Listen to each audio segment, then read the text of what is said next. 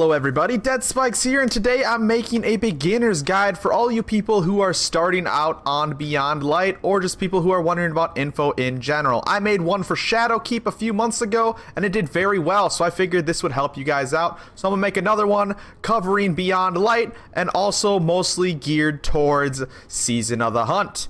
I would also like to note, anybody who can guess where I am sitting right now and describe it in the funniest way possible, I will pin your comment down below. Let's get into the video. Our newest expansion in Destiny 2 is called Beyond Light, and it came out in November 10th. There are currently only 3 pieces of content in this game. They took out a lot of the older content just to help the game run faster. The current content we have in the game we can see right here in the store. We have Forsaken, Shadowkeep, and Beyond Light. Now this will mostly be geared towards Beyond Light because that's what we are starting on and most of you will be starting on. But not only are we going to be going over the expansion Beyond Light, we are also going over Season 12, Season of the Hunt. So if this is not Season of the Hunt, if this is Season 13 when you're watching this, everything I talk about probably will not relate as well. I will try to make an updated video once Season 13 hits. We are in Season 12 called Season of the Hunt, and seasons last between 190 days roughly. Each season pass will include an exotic weapon. Duality right here is this season's. Next season we will get a new one. But also in the seasons they're going to include lots of content. Whether they bring back old content, they bring back fresh new content. Every time the season changes we get a very, very big change to our Destiny universe. That also will include lots and lots of new weapons, new armor, and just stuff to do in general. They're always really exciting once the seasons happen. There are thousands and thousands of Guardians ready for when the new seasons hit. So if you're looking for when new content's gonna come, that's definitely the biggest time. But throughout the season, they will be releasing lots of content on a weekly basis. It's just when the season starts is when the biggest amount of content drops. So now that we learned about seasons, let's talk about the DLCs a little bit. So we know there's Forsaken, Shadowkeep, and Beyond Light so far. I want to go over the planets that those exist with.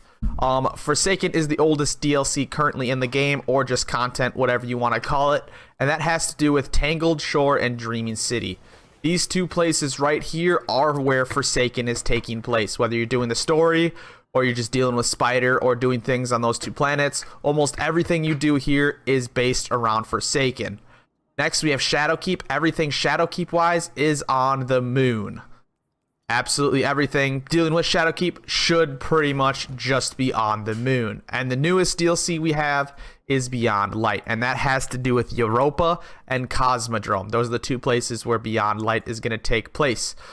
So if you do not own Shadowkeep or Forsaken, you will not be dealing too much with Moon, Tangled Shore, and Dreaming City, but you will still be able to go there. I do recommend getting all of the content just to allow you to get anything you want that's current in the game, or just play through some of the stories that you haven't been through yet.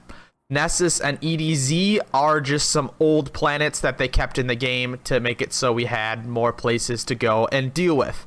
Now I kind of want to go over everything in Destiny that you are going to either want to do or that people are doing in general. So there's a few different categories of stuff to do. We have the Vanguard strikes. If we go in here, these are just little missions that you're quickly going to run through, and you're going to kill a boss at the end and you just get your loot. Very, very simple and easy to do. It's fun to burn some time on these. Plus, they're really good for leveling up your power, and it's just fun to do with friends. Next, we have this called the Nightfall, the Ordeal. Nightfalls are just higher level strikes that you're going to want to be geared up for, and you're going to want to have some teammates that know what they're doing, and you're going to want to work together to complete these higher difficulty tasks. You can see right here, there's plenty of different difficulties to do. Next, we will have Gambit. Gambit is currently getting worked on right now. It had a lot of different categories last season, but they wanted to rework it because some of the people didn't like it so much. So we're not actually sure what's going to happen with Gambit yet. It's possible that it could be taken out one day. I don't think that's what's going to happen, but more than likely we're going to see this getting upgraded throughout these next few seasons, figuring out how they want to rework how Gambit works. But Gambit is a category where you are playing PvE and PvP. You're basically just fighting combatants to get motes to try to summon a Prime Evil, which Prime Evil is kind of like the boss, and whichever team kills their boss first wins. But on top of that, you can invade the other people's world and try to prevent them from spawning their boss. Or if their boss is already in, it will heal them if the invader gets some kills. Just go try it out. It's my favorite game mode, probably. It's a lot of fun. Go try it out, check it out. But again, just like Strikes, it's just something to burn your time, and it's going to give you loot just for playing with people. It is a 4-person category, so if you bring some friends or teammates with, it'll definitely make it a lot better. The next category we have is Crucible. This is just straight PvP, and it changes weekly quite often. It'll always have control here, survival here, and elimination here. But this bottom category, showdown right here, is the rotator, and that's going to be changing quite often. Rumble always stays here too, but this category right here, showdown, is going to be changing every week to a different category. This is just the rotation one. And then up here, we're going to have trials or Iron Banner once they exist. Trials are only on weekends, and Iron Banner, I think, is only 1 week out of the month. They're very good for just getting loot, and a lot of Guardians are going to be playing that, so it's going to be very, very active. Survival is the higher difficulty PvP, I would say. It's where all of the people who are playing very competitively will play. So if you're not looking for very high competitive playing, I would play some of these easier game modes over here. If you are into PvP or you're just trying to learn how PvP works, definitely play some of these littler ones. Freelance is just basically meaning that you're going to go in there alone, and you're going to get only people that win in there alone, so you're not going to play against stacked teams. That's the only difference between these two. And the last thing I would say that you can really do in this game is called raiding. That is my favorite thing to do. There are currently 3 raids in the game. The Beyond Light raid is called Deepstone Crypt. It just came out very recently. Next, we have Garden of Salvation, which is part of Shadowkeep. And last, we have Last Wish. These are the 3 current raids in the game. Now, these are very high-level PvE content. It's going to require you to have 6 players. They're all going to work together to try to complete a very, very difficult task. I definitely don't recommend jumping into these early, but this is what I have the most fun doing in the game, is raiding. That's what I would say what pretty much all of the content in the game that you're going to be doing. You also have little dungeons here and there, like Shattered Throne and Pit of Heresy. They will be bringing back the 3rd one, which is called Prophecy. It's taken out of the game until they figured out how to make it work again. But that's pretty much going over all of the content we really have to do, other than just going to planets and patrolling, doing public events, and lost sectors. Lost sectors are just little things you can run to get some loot at the end. There'll also be world chests. Let's see if I can find some real quick. Yep, you can see these little square icons, or whatever you want to call that symbol. Those are just world chests that are going to give you some of the resources in the world, some Glimmer, and some miscellaneous loot. So now that we have gone over most of the content in the game, I kind of want to go over the other very large aspect in this game, talking about power level and how power level plays into things and what it really is. Your power level is located on your inventory screen up here in the top right. You can see mine is 1267 right now. Now when I hover over it, it says my gear is 1251, but my power is 1267. And that is because of my artifact down here. We'll go into that a little bit more in a second. But you can see all of my gear. If you added that up and divided it by how many pieces there are, you're going to get 1251. And that is how my gear level is calculated. But then I have my artifact down here that is giving me plus 16. Now this artifact goes up through experience, like leveling up. This is kind of how you level up in the game. The more you play it, the more experience you're going to be putting into this artifact, and the more power bonus it's going to give you. So after a certain amount of time, I'll go up to plus 17 here, plus 18 here, and that's going to help my overall power up here. Now your power directly, I mean, it tells you right here, your power directly has to do with how much damage you deal and how much damage you can take. And it's also going to help you do higher level activities and just help you deal damage to a lot of enemies and so on. So now that I went over slightly how power works, let's check out what these power caps are. Now power caps mean basically how high you can get with certain things. So during this season called Season of the Hunt that will be ending in roughly 70 days or whatever, here are the power caps that we are dealing with currently. So you're going to start the game at 1050. If you are a fresh player, you should start the game at around 1050. And then you are going to try to work towards the soft cap, which is 1200.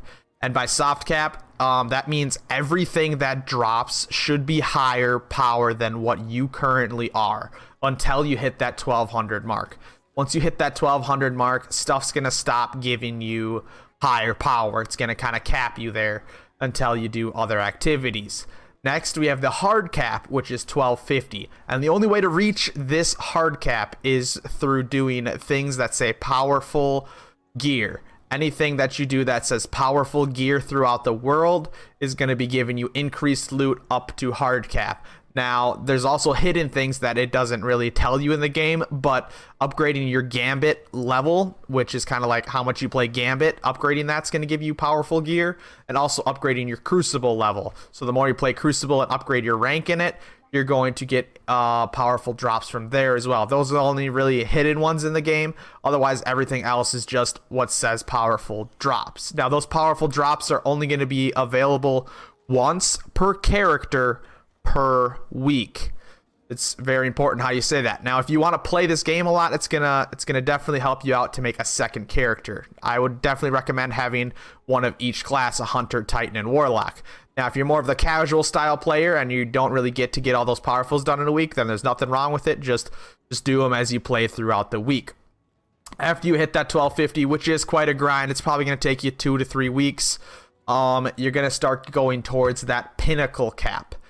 Now, your Pinnacle Cap is 1260, and everything I'm talking about here is just based off your gear level right here. You see how I have a 1253 right here. So now this is a pinnacle drop because it's above 1250, and it can cap out at 1260 if I got enough pinnacle drops to go up there. Now, Pinnacle Cap is extremely difficult to get because there's only a few pinnacle drops in the game, and those again are based per character per week, and they're only going to give you around +1 to +2 every time you do one. But if you did put that grind in on all 3 characters, it is possible to get up to 1260 Pinnacle Cap. And that is the absolute cap of power during this season. Your gear cannot exceed 1260, but your power can due to your artifact bonus. Now that I went over power, I try to explain it the best I can. If there is any questions that you've been getting throughout this video, definitely leave them in the comments down below, and I'll try to answer them the best I can. Now I want to go a little bit more over the season of the hunt, the current season of the game. Now you can see I'm kind of early into the season, so I'm definitely not going to cover everything that is going on later in the season, but I'm definitely just going to try to generalize on what's going on right now to try to fill you guys in on what you can be doing during this season. This guy right here, the Crow, is a very big part of this season. To unlock the Crow, you're going to need to go to the planet Moon. On Moon, on the left side over here somewhere, you're going to have a mission. I don't remember the name of the mission off the top of my head, but it'll be green, and it probably refers to something called the Hunt. Once you do that mission, you are going to unlock the Crow, and you will unlock this very handy dandy thing called the Cryptolith Lure. This Cryptolith Lure can be filled with certain things that's going to allow you to farm. So like if I put the Deafening Whisper in, I could go get one of those, or I could get recon data, which is used to upgrade Crow. I could get the Blast Batu, which is a grenade launcher, or some lure mutations. Basically you pick what item you want here, and then you can kind of decide what rolls you want on that item with the second part here, and this third part here is just even more rolls. These are the upgrades on top for it. To charge this thing, you're going to have to do Strikes, Gambit, or Crucible. On the bottom, it's just going to tell you how to get even more charging if you'd like. Like I need to go into Strikes and get some arc kills. This is the main part of the season right now. You're going to use this to farm loot. My favorite weapon to get from this is definitely Friction Fire. It is a kinetic SMG. Also, the Deafening Whisper is a energy grenade launcher that is very good. So as you're doing Strikes, Gambit, and Crucible for other things, you're going to be casually charging this up, and then you can go hunt stuff to farm things that you want. Now, another thing they added in this season is from Varix right here, and they are called Empire Hunts. After you complete the campaign and you get some of your sabotages done, which are the things up here, which kind of upgrade Varix and just things in Europa in general, you're going to unlock these things down here called Empire Hunts, and these are going to allow you to farm certain types of gear. So right here, you can see the machine gun that you could get, you see the bow right here, and then you see the, I believe that is the fusion rifle right there. And you could just farm these things. Normally they call Herealways pieces, but I haven't done one this week yet, so these are all free currently. These are great ways to farm certain parts and gear that you need to play throughout the season. Also on Europa, they currently added in this season things called Legendary Lost Sectors. You'll see these right here. And they give you a good chance at exotic armor. Definitely do not try these until you are a higher power, because they are very, very difficult. But these will give you a chance at exotic armor. It's going to give you stuff that you do not own first, and then it's going to start giving you rolls of stuff that you've already gotten prior. It is a great way to farm armor, and I'm glad they added it, but it is definitely very tough, and you're going to want to be a high power to do it. They also started adding these things called simulations. These are good ways just to get some powerful gear out of the way. Next, we talk about the new subclass called Stasis. Stasis is on each 3 of the characters, and you unlock it after you finish the campaign. And here there are a bunch of slots. You will not have these 2 slots right here or these on the bottom until you finish some of the missions after the campaign. I believe they're called Born in Darkness, and you just gotta proceed through them, do whatever they ask you to, and you'll start unlocking some of these extra things. These down here are called Fragments, and these are just gonna upgrade your class. These over here are Aspects, and they're just kind of extra stuff that your class does. Now, your Fragments down on the bottom are going to differ between Titan, Hunter, and Warlock, because they're based off your aspects. On my aspect, you can see there on the middle right, it tells me how many fragment slots I get with this aspect. Unfortunately, this aspect does not give me any extra, so the Hunter only gets 2 fragments. Alright, we're just going to wrap up this video with just a few more things I want to go over. The newest thing they added in this season as well is this exotic archive over here. This will have some of the exotics that you cannot currently get in the game anymore, and it will allow you just to buy them. If you go into this, you could check it out, and there's some stuff that you could buy. It's quite expensive. I recommend just looking up how to get the certain materials to get them if you don't know how. So any old exotics that you want to get that maybe people are telling you that you should get, this is where you are going to find them. This also has some of the older legacy gear right here. I definitely don't recommend going for these anymore because they're capped out at 1060, but there it is if you want to check them out. That's where you can get all of the older gear right there. Now, some starter gear that I recommend you guys to go for is the Friction Fire for sure. I would definitely try to get a nice Deafening Whisper, and then get this new Lament. This sword was just added to this game, and I would try to get that machine gun from Varix. The heavy grenade launcher from the lure is not terrible either. That's some good starter gear to get. If you do have Shadowkeep, definitely get that Xenophage. That's a great weapon to have for almost everything you do. That should wrap up this video right here. If you have any questions at all, or you just want some help from people who know how to play this game, definitely join my Discord. It is in the description of this video down below. I'm always talking in there very actively, and I have a lot of veteran players that you guys can talk to in case you need any help. That'll do it for this video. If you guys enjoyed it or it helped you out at all, please make sure to hit that thumbs up button. It does help me out a lot. I hope you guys have a wonderful day, and I will see you in the next video. This is Bikes out.